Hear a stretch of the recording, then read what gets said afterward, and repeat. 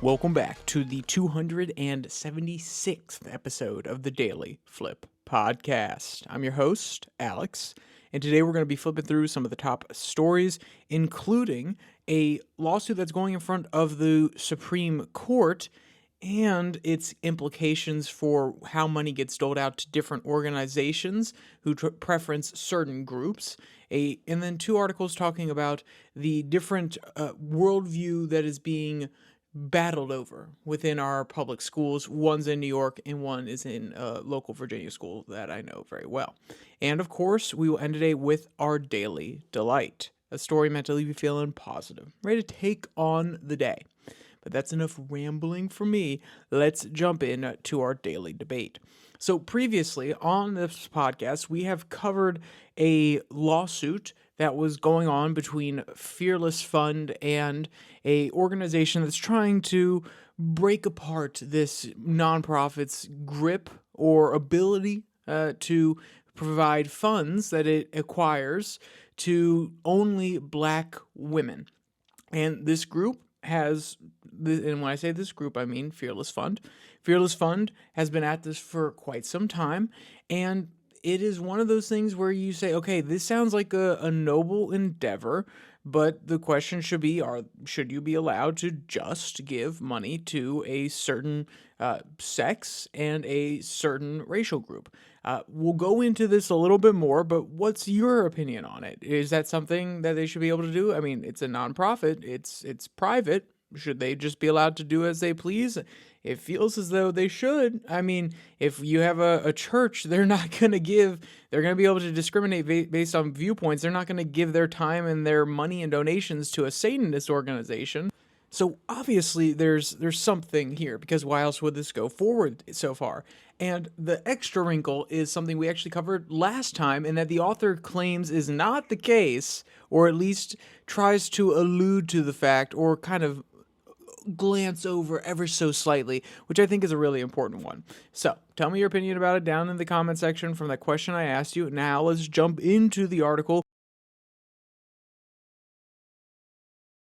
Down already, the people who dismantled affirmative action have a new strategy to crush racial justice. That's a pretty bold headline from Slate. There is no doubt there. So it's a pretty heavy first paragraph. I'll try to break it up with a few different comments here or there, but let's really dive into where they start for this article. Quote, last summer, in the Students for Fair Admission versus Harvard College, the Supreme Court's conservative supermajority struck down race-conscious admission programs adopted by Harvard College and the University of North Carolina as violations of the 14th Amendment's Equal Protection Clause.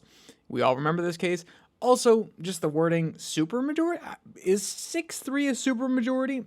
I wouldn't say so. I would say maybe 8-1, maybe even 7-2. I would say it's probably a supermajority. But we have seen multiple times that people have peeled off. So I wouldn't say it's a supermajority that's always locked in, but semantics, whatever. Quote, the framers of the 14th Amendment were the originators of affirmative action and turned a blind eye to entrenched racial inequalities that make a mockery of the constitutional premise of equal citizenship.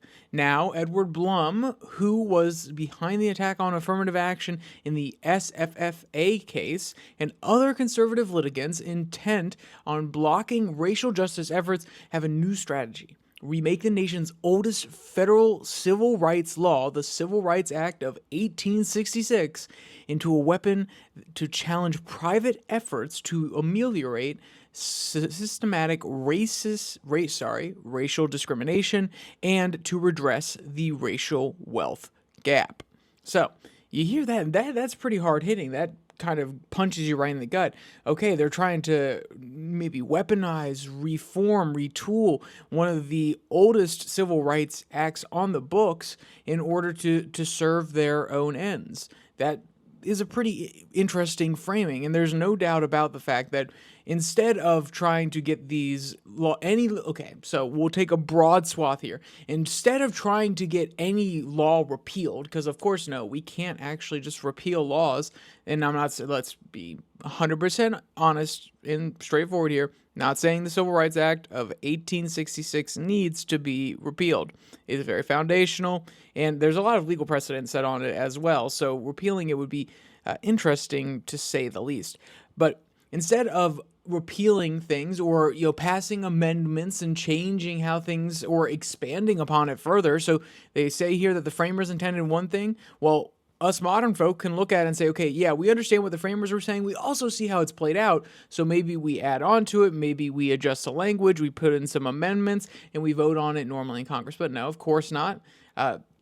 People get frustrated that Congress takes so long. They get frustrated that they can't actually do anything, even though the purpose is to be slow and everybody has to give something up. So why not go through the legal system in order to get what you want? And that you can see where the author is obviously coming from here, and they obviously don't enjoy the fact that somebody is trying to go this route. So we're going to read the second paragraph, just a few excerpts from it, maybe the top part, not really the bottom part, because it's not necessarily as important. Quote, last week, in American Alliance for Equal Rights versus Fearless Fund Management, a divided panel of U.S. Courts of Appeals for the 11th Circuit became the first federal court in the appeals process to place an imprimatur on Blum's new tactic.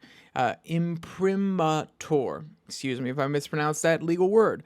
Quote, in a 2-1 ruling, the Court of Appeals held that the Fearless Funds grant program to provide capital funding to small businesses run by black women violated a key federal civil rights statute that dates back to the Civil Rights Act of 1866, known as Section 1981. This law guarantees the equal rights to make and enforce contracts.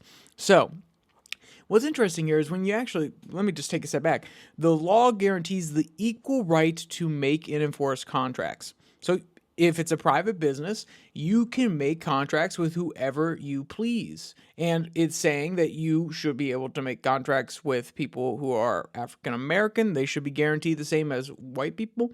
I actually haven't gone back and read this amendment, but you could see where the author is coming from. If that's what the intent of the amendment, or more specifically the section of the law is meant to do, then yeah, I mean, I don't see how that violates it if they're deciding, hey, we want to send some of our money over to a different organization that only represents XYZ, that only represents this group of people, this race of people within the United States, this sex within the United States. I actually explored this a little bit yesterday in prep for this, but also just to flesh out some of the ideas on the Twitter tirade. And I was saying, well, okay, should they be able to discriminate based on sex, race, gender, so on and so forth? And I came to the conclusion, which I've come to many a times, that yeah, private organizations can do as they please. And, if it's federally funded, then we have to actually take a more serious approach and look at it and say, should federal funds be used in a very particular way that only benefit XYZ, and not just only benefit them because of the effects of where the money is going, but with the explicit intent only to benefit those people. And on sex, I was kind of questioning, because we very often have resources for only women, especially the one that comes to mind is like women homeless shelters, where they probably in multiple different municipalities get state or government grants on the federal level to actually have these protected spaces for women.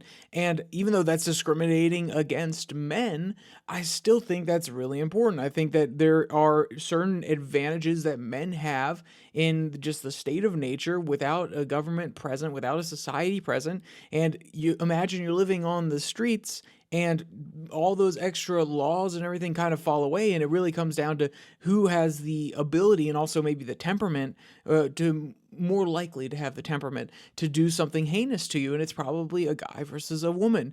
And on average, you're probably going to find guys that are stronger than women and can overpower them. So, taking into account those facts, we actually allow for government funding to go in and equalize some of the possible imbalances. And that's okay form of discrimination. Versus on the race side, I think that in the state of nature, there are very seldom, and when I say very seldom, any differences, what I mean is if you are to look at a male of X race versus a male of another race, they are still going to have an XY chromosome. If you look at a breakup of temperament, of mood, anger, things of this, you're probably going to see a relatively similar distribution of characteristics across races. So that's one of those things where are you actually controlling for something that is present naturally, or are you trying to control for something that is societal or historic? And when you start doing things like that, the question is, where does it end? Of course, you also start to wonder at what point are you actually saying that one group is lesser than the other? You start to imply that underneath the law, that underneath the society, that one group is not as good as the other. You're treating them differently within the confines of the law, even though there's no underlying difference in the nature of person from from race 1 versus person from race 2. So I think that was interesting. I fleshed out a little bit more here. And you may be thinking, Alex, okay, why are you saying this? The author said that this is a private nonprofit, that they're using their funds how they please. As I discussed last time when we went over this, this is not the case. Almost 92, I believe, 92% of their money in 2022 came from government grants, whether that be federal or state. And then you can even go back 3 years before that. I went back to, and it's all in ProPublica. I will provide a link so you can go look at their tax returns. Almost all of their money has come from government grants. There is a little bit of money here or there from private donations, but almost all of it comes from government grants. And the question is, should the government be providing aid and resources to groups that it knows is going to discriminate based on race and even based on gender in some situations? Because I would say in the world of business, the playing field is a little bit more even between men and women than it is in pure raw strength in the street. And that's a really nuanced conversation, and to pretend as though I could break it down in even 15 minutes, I feel would be not as simple. But the point being that in business, they may be on a more level playing field because it's the aptitudes of the human mind. And though women and men may think differently, on average, they are both very smart. At least nowadays, they have access to pretty similar resources that they could use in their business. And now you're kind of eliminating those natural differences and you're kind of on an even playing field. And maybe that needs to be taken into consideration when discussing whether or not this would be discriminatory and whether or not this sort of discrimination can stand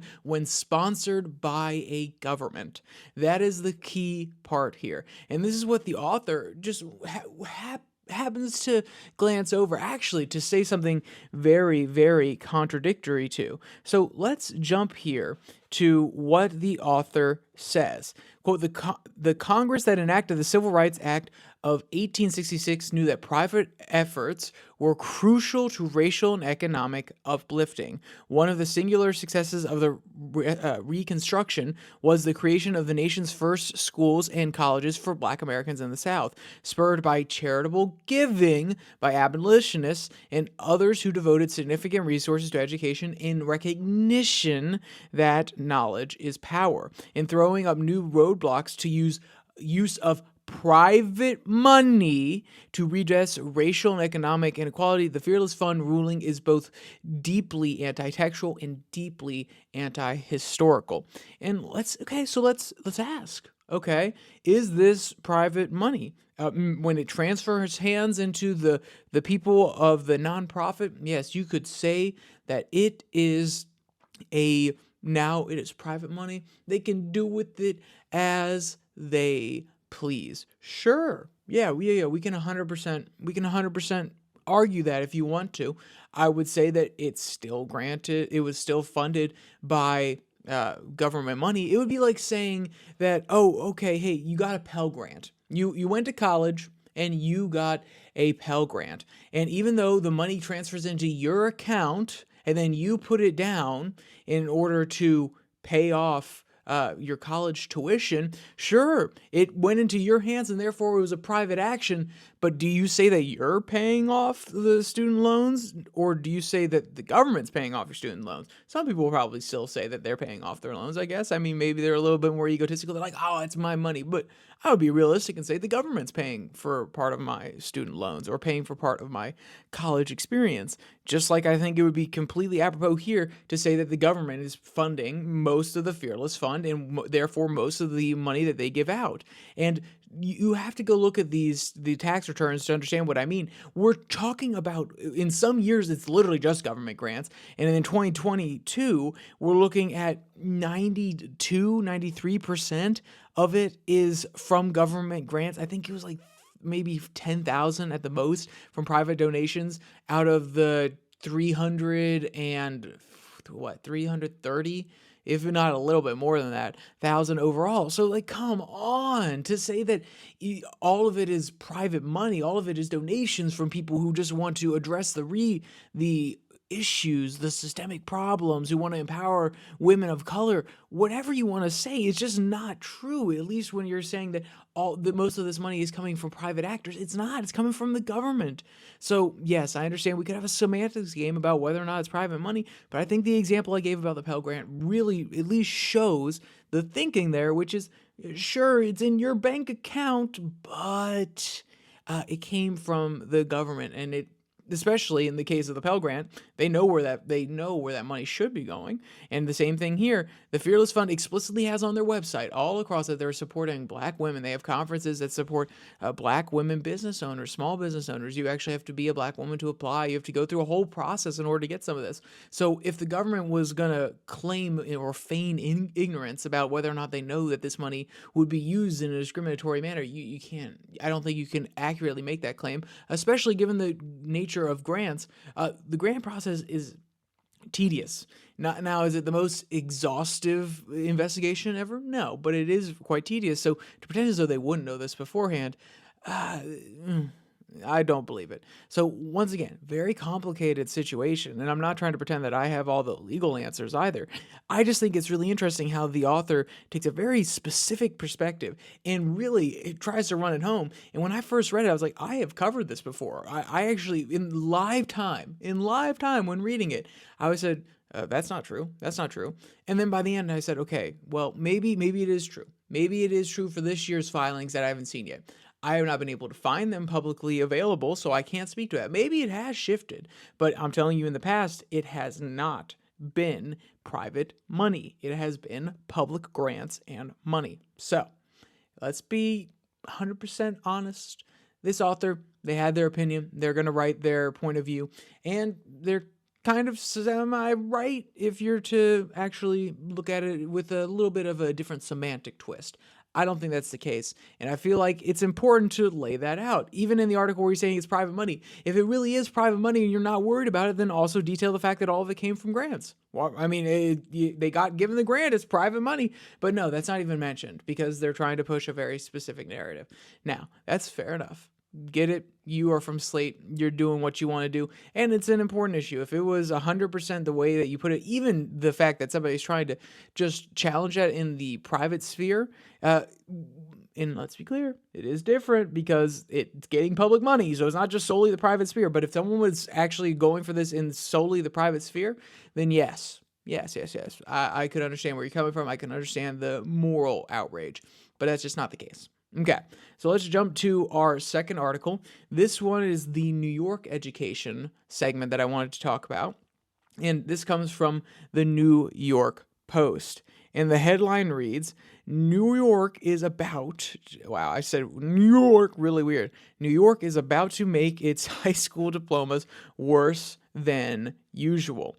And when I read this, I was saying, wait, hold on. What do you mean? Are they going to just get rid of standards? Or are they going to say that, no, you actually don't have to pass this class, or this class? And I can't speak to the public school in Virginia, the system, that much. I feel like it's always changing. There's always some different grade that you need. But there are at least standard classes that you have to take. And I don't believe there was a testing system in place where you have to pass this test, and this test. I don't remember it, but that doesn't necessarily mean that that's not the case. But it is interesting in New York how they've done their system and how it's changing. Quote, high achievers who pass enough Regents tests won't get distinctive diplomas versus the old tested system of regiment diplomas. Regent diplomas, advanced Regent diplomas, and mere local ones. Instead, every district will have to confer the same diploma on every senior who meets utterly watered down state requirements. Whether they know Shakespeare from Che Guevara or algebraic equations from a CAFIA, every graduate gets the same participation trophy. So what are some of the new categories that they have to know? So instead of passing, and I'm going to read here again, quote, gone will be the need for students to pass 5-star Regent exams to earn a diploma. Instead, all students will have to show nebulous, that's the author's word there, quote, skills and knowledge in 7 areas, including critical thinking, cultural competence, and global citizenship. Whew! Okay, goodness gracious. Sorry if I just blew out your ears there. Knowledge and skills. Fair enough. That's general. Fair enough. Whatever. You can categorize that however you want. 7 areas. Critical thinking. I'm honestly for it. Critical thinking sometimes is a hard thing to actually evaluate, in my opinion, because just sometimes there are certain issues you don't think critically about because you don't actually have any competency in them. In other areas, you have a lot of critical thinking about. Then again, if you make a general test, maybe, and somebody's actually engaged because the whole point is to pass the test, maybe you can measure it more effectively. But I think that it's kind of nebulous anyway, so I'm not necessarily against that new category. Cultural competence. If this is understanding the history and how it's playing out in culture nowadays, it kind of feels like social studies anyway, but it feels a little bit more modern, a little bit more hip. Ooh, yeah, we're talking about cultural competence. Not talking about social studies. We're talking about cultural competence. Yeah, man. I'm like, I don't know. It feels a little bit forced to me. But the one that really frustrates me is global citizenship. Okay, so leaving high school. Do you want your high schoolers to be global citizens, to focus on the global aspect or the United States aspect? Now, you may be able to make a really coherent argument for it. What I would ask you to do is save that for college. Because guess what? I believe a lot of people in the United States go to college at this point. I think it's upwards of 60% of the youth population. They at least attempt to go to college. I'm not saying they all graduate. So if you're going to instill those values anyway, and you want that to be something that we focus on, do it in college campuses. College campuses have been, at least in my experience and my understanding, when I was at least growing up, have been the place where you expand your horizons. You run into people who are on grant programs from other places around the world. You have abilities to do cultural immersion all across the world. You have the ability to learn different cultures, the deep impact of resonance of acts that have happened here and other places, so on and so forth, versus the high school system, which should be preparing you to live in the United States, not to be a citizen of the globe, but to be a citizen of the United States. And I'll be honest, people that graduate high school, I'm not trying to be mean, I'm trying to be honest here. How many of them are going to go on to be foreign ambassadors, are going to go on and do something on a global scale that requires them to have a true understanding of global politics and so on and so forth? Not many. Now, maybe you could make an argument that with the integration of supply chains across the world, it actually gives us a competitive advantage for our students coming out of high school who may not want to go to college and may start businesses to have a understanding of the global dynamics that are at play. And I think you could make that argument to me. But I think that it is silly to believe that that can't be done in one class versus having an entire category, which means that an entire segment, 1/7, because this is the categories they're testing, 1/7 of your education throughout all of high school needs to focus on global citizenship. That is a misdirection of American funds. If the funds are coming in to your school from the UN, first of all, I have some questions. But second of all, at that point, fine. There you go, a global-minded citizen. But U.S. tax dollars should go to structuring U.S. society. And that's what school is. Whether you like it or not, it prepares people to operate within our society. It structures how our society operates, some of the viewpoints people have. If you have a history teacher who is the most ardent textualist of the Constitution, and you have him like 2-3 years in a row, then you're probably going to have some pretty textualist views on the Constitution, unless you're getting information from somewhere else. And most high school students, they don't care enough to. They just understand if they're paying attention, they just understand what the teacher's putting out there, or the right answers that the teacher wants in order to get this particular grade, just enough to pass. So it does shape values. It's very important. And do we want to shape the greatest global citizen, or do we want to shape a good, solid American citizen who can contribute to our sovereign nation and not just humanity as a whole? Everybody should try to aim for humanity as a whole. We should all try to make sure humanity survives, and we don't want to harm it. No doubt about that. But at the end of the day, you are in the sovereign nation of America, and you are being educated by American tax dollars, if not New Yorker tax dollars. But then again, maybe New Yorkers want global citizens, and I just don't understand. That's fair enough. So, with that said, I may not understand New York, but I do understand to some degree. I'm not saying I'm an expert. I do understand my home state of Virginia. And more importantly, I really understand this next place that we're talking about within Virginia. So this next article comes from the Gyro, I don't ever know. It's G-Rio. So I'm assuming it's Gyro instead of Gyro, like I've been calling it in the past, but that's besides the point. Quote, Virginia NAACP sues school board for reinstating Confederate statues. And when I first read this, I said, oh, I wonder where that is in Virginia. Maybe it's Shenandoah County? Because I heard there was some issues about the old high school, which I knew it as when I was growing up and had some friends that went there, called Stonewall Jackson. And it turns out, yep, it is. Quote, the school board in Shenandoah County voted 5-1 last month to revert the name of Mountain View High School back to Stonewall Jackson High School, and that of Honey Run Elementary School to Ashby Lee Elementary. The vote reversed a 2020 decision to remove the original names against a backdrop of nationwide protest over racial injustice. And I'll be honest, I was semi-aware of what was going on, and I still called it Stonewall Jackson, not out of malice, just because I honestly had forgot that this was even approved. And most people, they never corrected me. They never said anything. I've never, even my friends who are not the most, the younger population there is not the most in line with the politics of the older population there. There's no doubt about that. And none of them ever corrected me. None of them ever laughed like, oh, don't you mean it, in like a mocking way? Like when somebody says that, I support the Washington Commanders, they're like, oh, you support the Washington Commanders. They kind of mock me a little bit. So fair enough. But no, they didn't do any of that. So I had totally forgotten about this for sure. And I think it's really interesting. It really does resonate because most of the people that I know in Shenandoah County, they are pretty conservative, if not on every single issue, especially on cultural issues. And yeah, this does seem to resonate. So they have a little bit of a breakdown of what goes on within the county.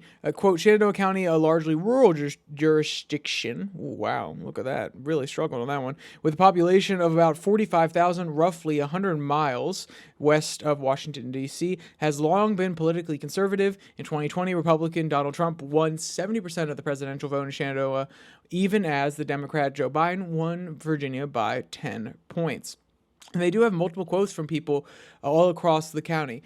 Quote, I don't judge. Oh, that's one of the people who voted. I don't care about his opinion. No offense. He sounds like a nice guy, but I think I want to talk about the people of the county a little bit more. Quote, stood proudly, and this is a lifetime county resident. I'm not going to mention his name. If you want to know his name and you want to go do your thing, but I don't feel like it's necessary. He is a lifelong person, a lifelong resident in Shenandoah. Quote, stood proudly for 60 years until 2020, when he said the, quote, actions of a rogue police officer in Minneapolis, Minnesota prompted a move to change the name. And then there's another person who also has been a longtime resident of the area and says, quote, the Confederate names is, quote, a statement to the world that these the restoring of the Confederate's name is, quote, a statement to the world that you don't value the dignity and respect for your minority students and faculty and staff. And they even have a quote from one of the students who said that I don't like the idea of going into a Stonewall Jackson. So that point of view is totally fair. I have not met this person. I do not know this person personally. And even if I did, I wasn't going to put him on blast because that's not fair. But or at least it's not kind. Fair is a nebulous concept sometimes in life. But the point being that I know a lot of people that do go there, and not as much anymore. That's fair enough to say. I know a lot of people that went there and don't necessarily have an issue with it, but maybe this next generation is just different. Maybe they would have really liked the fact that they stripped the history from their school and they just called it Mountain View. I don't know. Okay, I don't still talk to those people as much. I don't go to the different social events as much because I don't run in those circles. But maybe it would actually improve somebody's life to not have that certain name on there. I also think that a majority of people don't sit there in class and say, "Oh, I'm sitting in Stonewall Jackson School. No, how dare they have this name?" No, they don't. They're like, "Oh yeah, I go to Stonewall." Besides all they're gonna throw crud at the school no matter what. Whatever the name is, they're still gonna throw crud at it for X, Y, Z teacher doing this, for this policy being this way, for that they're high schoolers, okay? It's just a name. It's just a superficial name. And if you're really obsessing over it that much that it destroys your ability to go to school, one, I have some serious questions for you. I want you to get some help because obviously you have an obsessive personality that is focusing on all the wrong things. And also, there are plenty of great private schools that are Catholic schools throughout Shenandoah County, or religious schools. Go there. They don't have the same names. Okay, that's enough on that. Let's finish today with our daily delight, a story meant to leave you feeling positive. So this one comes from, actually, I'm not going to try to say the whole thing. It comes from KTLA. If you can guess, where do you think that is? Where do you think that is? Maybe LA? Okay, yeah, that's fair enough. It's in California. And the reason I think this is cool is because they're talking about black bear populations in California. The headline reads, adorable video shows mama bear cub playing on Southern California street. And no matter what you say about, California protecting a lot of their animals and sometimes putting a preference over them, because they even mention in here that there are very strict laws about removing them even if they're not disturbing anybody, which is great. They are in symbiosis with one another. And you get plenty of cute moments like this versus other places that would be willing to call somebody in and chase them away. Quote, Brittany Kellen captured cell phone video of a mother and her cub playing on the street near Morovas Canyon Park on Friday, apparently unconcerned that the humans that were watching and cars were driving by. Brittany tells KTLA that she kept her distance while filming the two as they wrestled with each other and rolled around on the asphalt, playing as much as if they were humans. And it's just honestly a cute photo and a cute video. If you want to check out that, or you want to check out any of today's articles, also the link to the ProPublica site where you can find the tax returns I was talking about for the first article, all of it will be found in the link in the description below that like and subscribe button. Also down there, you can find the link to the podcast on Spotify, Pocket Cast, Google Podcasts, as well as Podvine, and the Twitter handle at your Daily Flip, where I post a Twitter tirade every Tuesday and Thursday. Also, direct links to the video. So if you want to have notifications on without having to go through YouTube, you could do it that way, technically. So with all that said, there's only one more thing to say. Stay safe. Don't die.